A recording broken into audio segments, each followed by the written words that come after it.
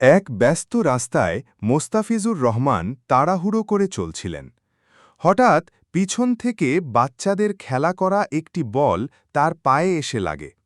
রেগে গিয়ে তিনি বাচ্চাদের দিকে চিৎকার করে বললেন, দেখে খেলো, মানুষ চলতে পারে না তোমাদের জন্য।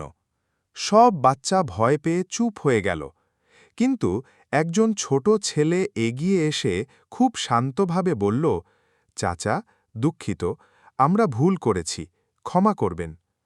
ওই নম্র কথা শুনে মোস্তাফিজুর রহমান থমকে গেলেন। তার রাগ মুহূর্তেই অনেকটা নরম হয়ে গেল।